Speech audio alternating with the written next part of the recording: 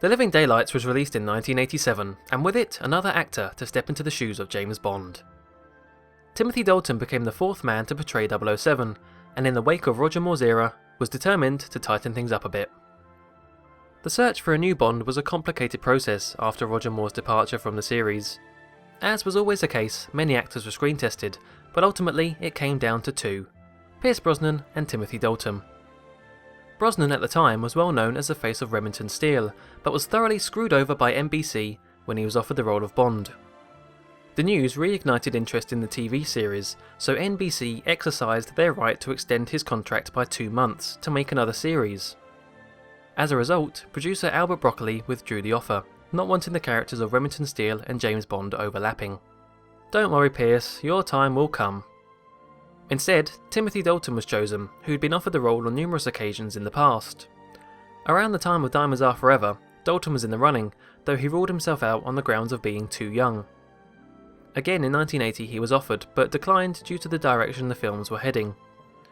Third time's a charm, and in 1986 he accepted the role, ready to give it a fresh coat of paint. Be careful, 007. It's just had a new coat of paint. His first outing sees Bond help in the defection of top-ranking Soviet General Georgy Koskov, only for him to later be recaptured. After discovering the defection was staged, he confronts Koskov's girlfriend Kara Malovi for information, and together they set out to find him. The plot thickens when it's revealed Koskov is working alongside notorious arms dealer Brad Whitaker.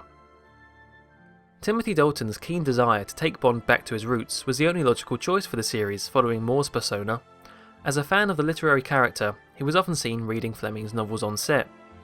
Plots of world domination were dropped, and instead, more realistic problems of drug trafficking and arms dealing were used. Bond himself is also vastly different. Instead of the cavalier agent Moore played, Dalton's Bond is one who doesn't always follow orders, and one who at times seems as if he's had just about enough of being a secret agent. I'm reporting to M that you deliberately missed. Your orders were to kill that sniper. Stuff my orders. I only kill professionals. I've goaded no one end of a rifle from the other. Go ahead, tell him what you want. If he fires me, I'll thank him for it. Of course, despite this shift, the classic Bond formula is still there. You can't stretch the character too far from what people expect, and in many ways, Dalton's Bond is just like the others. There's a useful four-letter word, and you're full of it. We have an old saying too, Yogi. And you're full of it. The vodka martinis are ever present, albeit slightly nastier. Aston Martin makes a return, and the humour is still strong. It's just not over-reliant on silly gags. Okay, Bond does ride a magic carpet, but thankfully it was cut. Overall, Dalton's Bond is one you could actually see being a spy, and one who'd get things done. His interrogation of Pushkin is only too evident of this.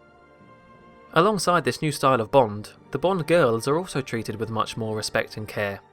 Actually, make that Bond girl, because if we exclude the random boat lady in the pre-title sequence, there is only one love interest in the film, Kara Malovi, played by Mariam Darbo.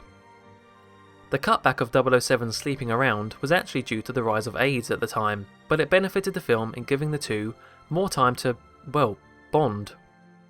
There's definite warmth between them, and their relationship is certainly one of the best to come out of a James Bond film.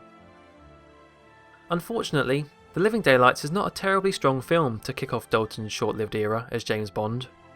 The film is a double-edged sword in that, whilst the new style of Bond is a welcome change, the downplay of fantasy also leaves it slightly tepid. Dalton was dealt a sluggish and overly complicated story that seems blander in comparison to others. The dreary settings of East Berlin and Afghanistan don't help in that regard either.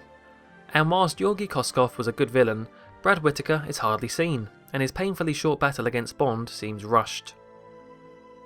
One thing you can always count on though in James Bond films is the stunts.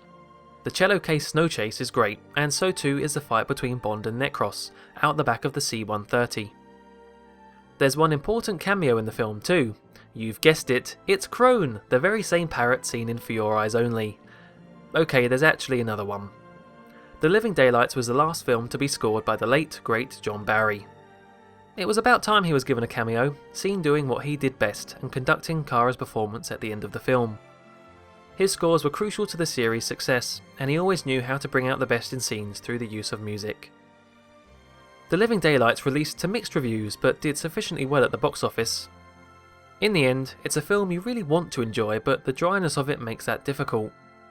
Things were about to change though, when the producers decided to go all out and make the next one the darkest Bond yet.